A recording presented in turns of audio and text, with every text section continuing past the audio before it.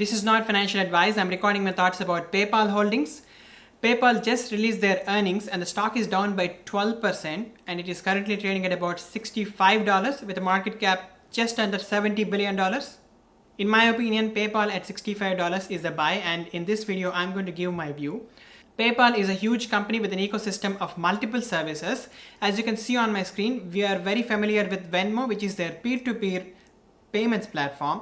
They have cross-border funds transfer in the form of Zoom and Hyper Wallet. There is PayPal Credit for credit and lending. They have an e-commerce gateway, which is Braintree and GoPay. And then they have Simility for fraud detection. And then they have digital rewards platform Honey. So this is a full ecosystem of PayPal. Let's now look at their recent earnings. They made about $7.04 billion of revenue in Q1 of 2023. That's a year-on-year growth of about 8%. And look at the operating income of about $1 billion. So that's about 15% operating margin. And the EPS is about $0.70, which means this company is profitable. Look at the free cash flow for this company. In Q1 of 2023, they made close to $1 billion. That is a huge sum. PayPal does not give any dividends. So with the cash that they have, they either can acquire another company or buy back shares, and that's what they're doing. In Q1 of 2023, they repurchased approximately 19 million shares of common stock, and that is returning about $1.4 billion to stockholders. And for the past 12 months, they have purchased 48 million shares of common stock. That means they returned about $4.1 billion to the stockholders. When you look into the number of outstanding shares, this company has just over a billion outstanding shares, and buying back 48 million shares is about 4.5% buyback. That is significant. When I look into the balance sheet of PayPal is decent. The cash equivalents, and the investments total to about $15.3 billion, but they do have a lot of debt, like $10.9 billion of debt. So the balance sheet is in decent condition. It's not really great. One important thing that I want everyone to understand is that their free cash flow for the past 12 months is about $5.1 billion.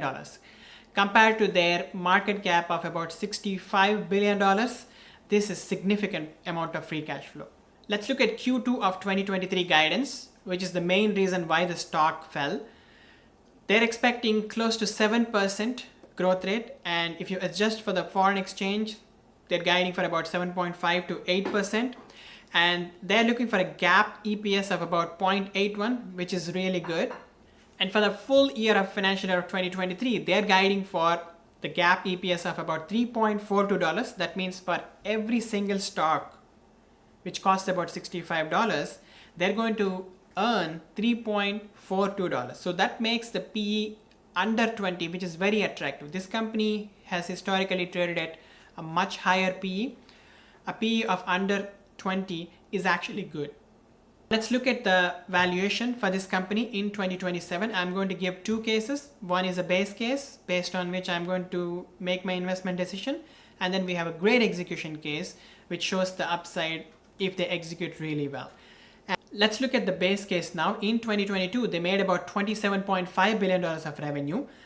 I'm estimating a growth rate of 8% for the next 5 years, which will result in about $39 billion of revenue for PayPal in 2027.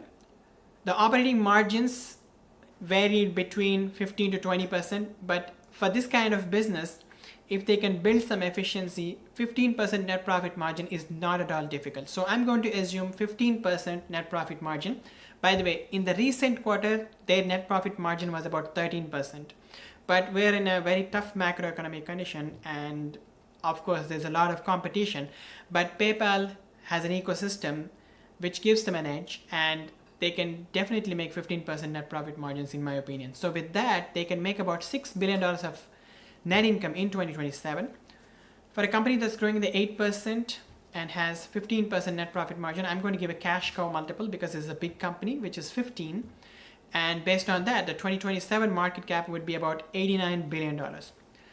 With respect to outstanding shares, currently they have about 1.13 billion outstanding shares. Since they are making about $1 billion of free cash flow each quarter, they have to either invest that money somewhere or buy back the stock. So I'm assuming 3% buyback each year. So 3% based on a $70 billion of company is about $2 billion, which is much lower than their free cash flow of $5 billion. So if they really want, they can buy up to 7% of the number of outstanding shares based on the current market cap, but I'm only assuming 3%, with which they will have 974 million outstanding shares in 2027. And that's going to give us a stock price of about $91. Currently they're at $65, right? So that's about 40% upside for this company, which is decent. But keep in mind that I gave a multiple of 15, but historically this company has traded at much higher than 20 multiple. So 15 multiple is conservative. So this 40% is a conservative upside. So I want you to keep that in mind. Now let's look at the great execution case. I'm assuming a growth rate of about 11%, which is a low double-digit growth rate. That's going to give about $46 billion of revenue for this company. And I'm assuming the same net profit margin of 15%, which should be possible for this sort of business. And that's going to give us $7 billion of net income for this company in 2027. I'm going to give a multiple of 20. And that will result in $139 billion of market cap in 2027. With respect to outstanding shares, as I said before, they have about 1.13 billion, and I'm assuming 4% buyback each year. And that's going to result in 925 million outstanding shares in 2027. Divide $139 billion of market cap with 925 million outstanding shares, that will result in a $150 stock price for this company. Currently it's at $65, right? So that's about 131% gain, which is a very attractive gain for 5 years.